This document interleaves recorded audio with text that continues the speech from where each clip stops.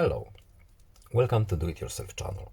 Today I will show you how to set up mute all sounds function using volume up button and side button in Samsung Galaxy Z Fold5. To set up this shortcut button combinations, we have to go to settings, then we are looking for accessibility options, and in accessibility menu we see advanced settings, and at the top we have a few button combination, but we are looking for side and volume up.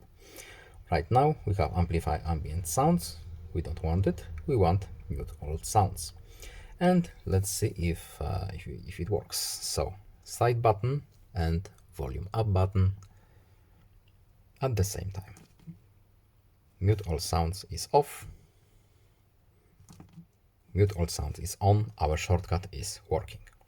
I hope this video was helpful to you. Please leave a like, subscribe, have a nice day, and see you in the next video. Goodbye.